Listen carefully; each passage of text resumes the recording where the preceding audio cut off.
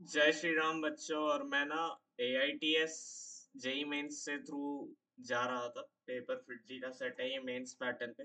और जल्दी मैं ऐसा डिस्कशन वीडियो भी लाने वाला इंपॉर्टेंट सवाल जो मुझे इसमें से लड़ रहे हैं।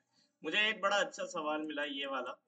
And this is based on Feynman technique of integration. ये वैसे तो आपके 12th क्लास सिलेबस का पार्ट नहीं है, बट फिर भी जिस हिसाब से कंपटीशन मेंस में बढ़ रहा है, इस टाइप की चीजें अगर आपको आती है तो obviously will have an as.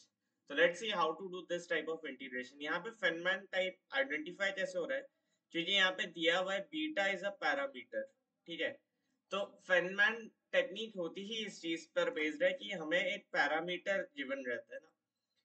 हालांकि सवाल जो वो टफ बना सकते थे, या बीटा की जगह 2 देके या 3 देके ना, तब आइडेंटिफाई करना थोड़ा सा मुश्किल हो जाता है कि इज दिस फेनमैन इंटीग्रेशन और व्हाट, है ना। बट फेनमैन को आइडेंटिफाई करने का एक तरीका और होता है कि यार नॉर्मल इंटीग्रेशन मेथड जब ना लगे रहे हो। यहाँ पे 0 से इंफिनिटी देख के जो फर्स्ट चीज बच्चों के दिमाग में या सबके दिमाग में आती है, दैट इज एक्स की जगह 1/t पुट करके देखना।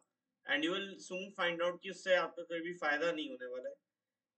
तो then you try for this type of thing which is known as Feynman technique. तो यहाँ पे tan inverse beta x minus tan inverse x. तो मैं इस इंटीग्रेट जो भी मेरा इंटीग्रेशन आएगा वो बेसिकली बीटा का फंक्शन होगा। तो I can write f of beta is integration from 0 to infinity tan inverse beta x, tan inverse beta x minus tan inverse x divided by x dx। अब मैं क्या करूंगा ना, ये बड़ा प्यारा स्टेप है। This is like differential equation setup कर दी मुझे। तो मैं बीटा के रिस्पेक्ट में डिफरेंशिएट कर दूंगा। अब ये मैं क्यों कर रहा हूँ, why I am differentiating with respect to beta, क्योंकि x तो कांस्टेंट हो जाएगा जब मैं बीटा के रिस्पेक्ट में काम कर रहा हूँ।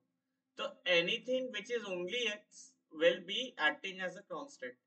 तो I can write f dash beta as, f dash beta की वैल्यू तो उसमें क्या है, integration from 0 to infinity tan inverse beta x का डिफरेंशिएशन क्या होगा। ध्यान रखना तुम कर रहे हो d बाई डी बीटा। ठीक है, d by d beta of tan inverse beta x. मानते हो मेरी बात, यह आएगा x upon 1 plus beta square x square. तो this becomes x upon 1 plus beta square x square. And and और क्या आएगा भाई, tan इनवर्स एक्स का तो डेरिवेटिव 0 हो जाएगा, मुझे पता ही है। ये x क्या मुझे इसकी टेंशन लेनी है, क्या मुझे क्वोशिएंट रूल लगाना है, नहीं लगाना, क्योंकि मैं तो बीटा के रिस्पेक्ट में डिफरेंशिएट कर रहा हूं। तो ये x तो एज इट इज कांस्टेंट रहेगा और ये कैंसिल हो जाएगा। And here I have my dx। तो मेरे पास f डैश बीटा एक बहुत ही नीट इंटीग्रेशन आ गया। देखा, अब अंदर एक बहुत प्यारा इंटीग्रेशन है जो मुझे बचपन से आता है, राइट। तो यहाँ से मैं बीटा स्क्वायर कॉमन ले लूंगा, 1 बाय बीटा स्क्वायर मेरे पास आएगा, और ये बन जाए 1 by beta square plus x square.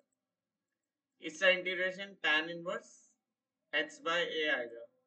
तो ये आप सॉल्व करोगे तो f डैश बीटा तुम्हारे पास आएगा पाई बाय 2 बीटा।